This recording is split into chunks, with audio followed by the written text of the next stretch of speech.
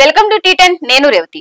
జనసేన నేత రాష్ట్ర ఉప ముఖ్యమంత్రి పవన్ కళ్యాణ్ మహారాష్ట్ర ఎన్నికల ప్రచార సభలో మాట్లాడుతూ సనాతన ధర్మం జోలికొస్తే ఊరుకోబోనంటూ హెచ్చరికలు జారీ చేశారు. అన్ని మతాలను సమానంగా చూసేదే సనాతన ధర్మం అంటూ ఒకవైపు చెబుతూనే మరోవైపు చర్చి మసీదులపై విషం కక్కారు. గత కొంతకాలంగా పవన్ కళ్యాణ్ సనాతన ధర్మం పేరుతో చాలా అసహనం వ్యక్తం చేస్తున్నారు.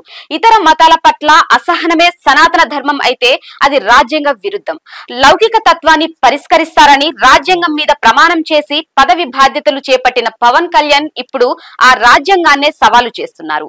ఇంతవరకు ఆయన నిర్దిష్టంగా సనాతన ధర్మం అంటే ఇది అని చెప్పలేదు. పైగా సనాతన ధర్మం పరిరక్షణ కోసం జనసేన తరపున నరసింహ వారాహి దళాన్ని ఏర్పాటు చేస్తున్నట్లు ప్రకటించారు. ఈ దళాలు ఏం చేస్తాయో కూడా స్పష్టం చేయలేదు.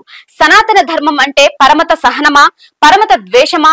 సహనమే ఆయన భావం అయితే అంతగా అసహనం వ్యక్తం చేయాల్సిన అవసరం లేదు. భారతదేశ చరిత్రలో పరమత సహనం, అసహనం రెండు ఘర్షణ పడుతూనే వస్తున్నాయి. కమ్యూనిస్టులు మొదటి దానికి వారసులైతే ఆర్ఎస్ఎస్, బీజేపీలు రెండో దానికి ప్రతినిధులు.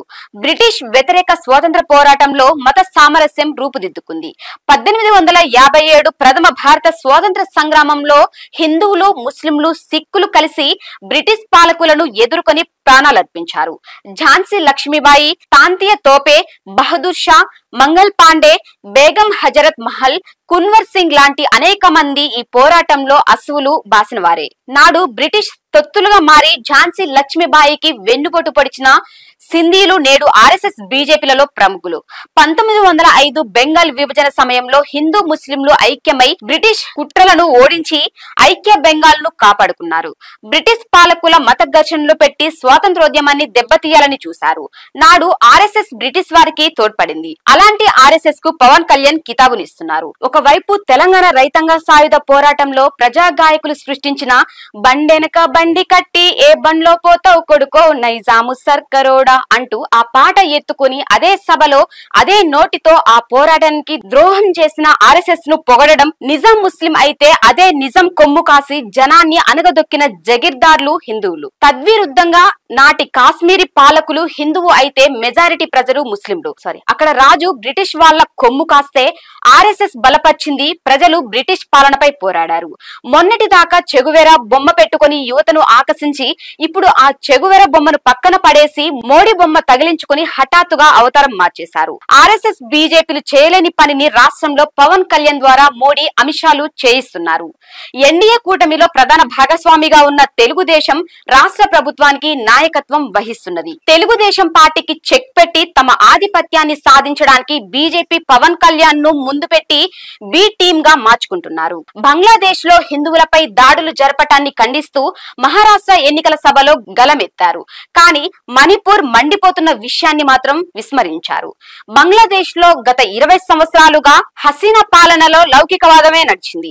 ఇప్పుడు జమాతే ఇస్లామీ తదితర మతోన్మద శక్తులు పెట్టరేగిపోతున్నాయి. బంగ్లాదేశ్ కమ్యూనిస్ట్ పార్టీ సహా లౌకిక శక్తులు బంగ్లాదేశ్ మైనారిటీలపై సాగుతున్న దాడులను తీవ్రంగా ఖండించాయి. అయితే బంగ్లాదేశ్ నుంచి ఇండియాకు వలస వస్తున్న వారిలో హిందువులే కాదు, ముస్లింలు కూడా ఉన్నారు. అలా మన దేశానికి వలస వచ్చి స్థిరపడిన హిందువులకు మాత్రమే భారత పౌరసత్వం ఇస్తామని ముస్లింలు, పరాయి దేశస్తులను మోడీ ప్రభుత్వం వివక్ష పాటిస్తున్నది. సిఏఏ చట్ట సవరణ దీనికోసమే చేసింది. కరోనాకు ముందు దీనికి వ్యతిరేకంగా దేశవ్యాపితంగా పెద్ద ఎత్తున ఉద్యమం నడిచింది. బంగ్లాదేశ్ లో మతోన్మాదానికి హిందువులే కాదు, ముస్లింలు కూడా బలవుతున్నారు.